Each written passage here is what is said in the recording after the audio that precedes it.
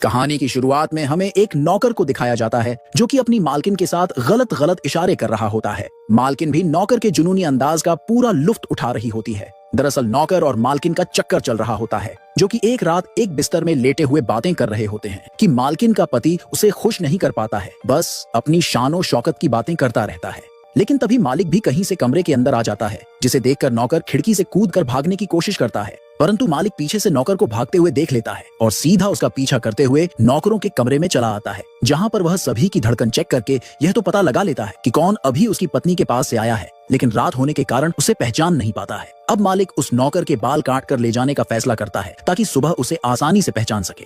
लेकिन जब सुबह मालिक नौकरों के बाल चेक कर रहा होता है तो सभी के बाल कटे होते हैं। दरअसल रात को नौकर ने सभी के थोड़े थोड़े बाल काट दिए होते हैं ताकि मालिक उसे पहचान न सके। लेकिन एक दिन जब नौकर अपने काम में व्यस्त होता है तभी मालकिन आकर जबरदस्ती उसका मूड बनाने लगती है, परंतु दोनों को ऐसा करते हुए दूर खड़ा मालिक भी देख लेता है, जो कि अपने अंगरक्षकों से नौकर को पकड़कर लाने के लिए कहता है। नौकर को भी मालिक के गलत मंसूबों के बारे में पता चल जाता है, जिस वजह से वह भागकर जंगल में पहुंच जाता है, जहां पर उसकी मुलाकात चर्च के फादर से होती है। फादर उसके मासूम चेहरे को देखकर अपनी चर्च में माली का काम दे देते हैं। लेकिन एक दिन जब नौकर अपना काम कर रहा होता है, चर्च से एक सुंदर लड़की उसके लिए रुमाल बनाकर लाती है। दरअसल उस लड़की को चर्च में रहने का कोई शौक नहीं था, वह तो अपनी जवानी किसी पर लुटा देना चाहती थी, इसीलिए वह माली को ही अपनी अदाओं से अट्रैक्ट करने की कोशिश करती है। लेकिन जैसे ही उनका गूचड़गू चालू होने वाला होता है तभी चर्च की घंटी बज जाती है, जिस वजह से लड़की को चर्च की प्रार्थना में जाना पड़ता है। परंतु कुछ ही समय बाद वह दोबारा से अपनी एक दोस्त के साथ नौकर के कमरे में आती है, जहां पर वह नौकर को चाकू दिखाकर उसका मूड बनाने की कोशिश करती है।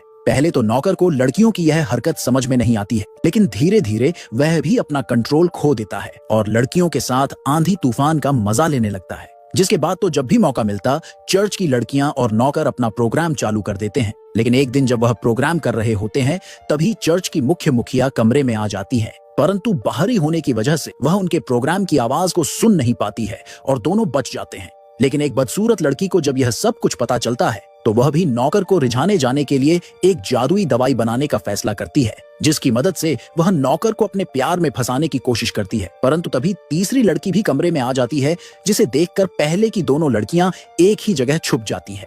तीसरी लड़की नौकर के हाथों को बांधकर उसे जंगल में ले जाने लगती है और जब पीछे वाली दोनों लड़कियां पीछा करते हुए जंगल में पहुंचती है तो उन्हें पता चलता है कि जंगल में किसी अजीब रस्म का प्रोग्राम चल रहा है, जिसमें सभी लड़कियां वस्त्रहीन होकर नृत्य कर रही होती हैं। लेकिन जब सभी जंगल से वापस लौटते हैं तो बदसूरत लड़की नौकर की पॉल को सबके सामने खोल देती है। वह सभी को बता देती है कि कैसे चर्च की लड़कियां नौकर के साथ मिलकर पूरी रात घूंचड़ुगू करती हैं। फादर को जब यह पता चलता है तो वह नौकर को दोबारा से उसी मालिक को सौंप देते हैं जिसके घर से